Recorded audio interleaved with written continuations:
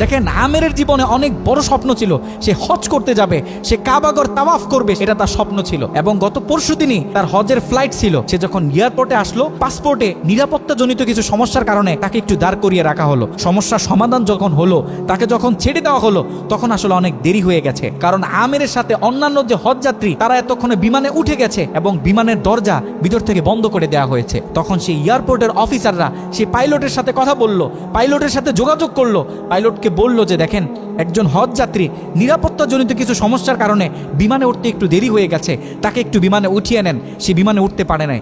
তখন পাইলট স্পষ্ট বলেছে, যেই বিমানের দরজা একবার বন্ধ হয়ে গেছে, সেই বিমানের দরজা দ্বিতীয়বার কারোর জন্য আর খোলা হবে না। একথা বলে পাইলট বিমানটা আকাশে ফ্লাই করলো।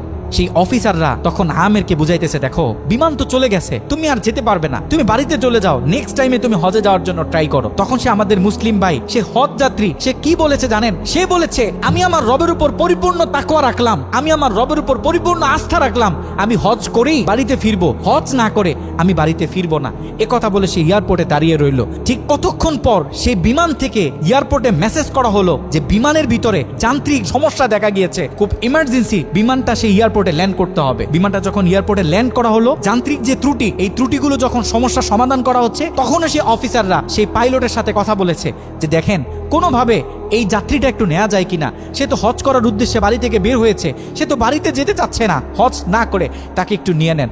তখনও সে পাইলট বলেছে যে না, এই বিমান একবার দরজা বন্ধ হয়েছে, সৌদিতে যাওয়ার আগে এই বিমানের দরজা দ্বিতীয়বার কারোর জন্য আর খোলা হবে না। একথা বলে সে পাইলট আবারও বিমানটা আকাশে ফ্লাই করালো। তখনও সে অফিসাররা আমেরকে গিয়ে বোঝাচ্ছে, দেখেন, মনে কষ্ট পাইয়েন না, এরকম মাঝে মাঝে হয়, আপনি বাড়িতে চলে যান, যেহেতু হজের নিয়ত করেছেন, আপনার একিনটা যেহেতু সলিড, আপনি যেহেতু একেবারে সহি নিয়ত করেছেন, অবশ্যই আল্লাহ পাক আপনাকে হজ করতে দিবে। আমের তখনও বলতেছে, আমার রবের উপর আমার পূর্ণ আস্থা আছে, আমি তো আমার রবকে চিনি, সে আমাকে হতাশ করবে না, সে আমার মনের আশা রাখবে, আমি হজ করেই বাড়িতে ফিরবো।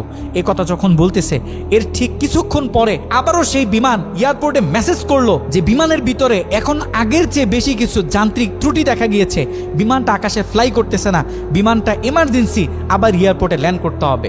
বিমানটা যখন এয়ারপোর্টে ল্যান্ড করলো, তখন সে পাইলট নিজে বিমান থেকে নেমে সে অফিসারদেরকে বলতেছে, সে হজ যাত্রী কই, যাকে ছাড়া আমরা মক্কার উদ্দেশ্যে রওনা দিলাম, তাকে আমার হাতে তুলে দেন। আমি যতটুকু বুঝতেছি, তাকে ছাড়া এই বিমান যতবারই আমরা আকাশে ফ্লাই করব, মক্কার উদ্দেশ্যে রওনা হব, আমার মনে হয় না যে এই বিমান স্বাভাবিকভাবে মক্কাতে গিয়ে পৌঁছাবে। তখন সে পাইলট সে আমেরের হাত ধরে নিজে নিয়ে সে বিমানের ভিতরে বসিয়ে দিল।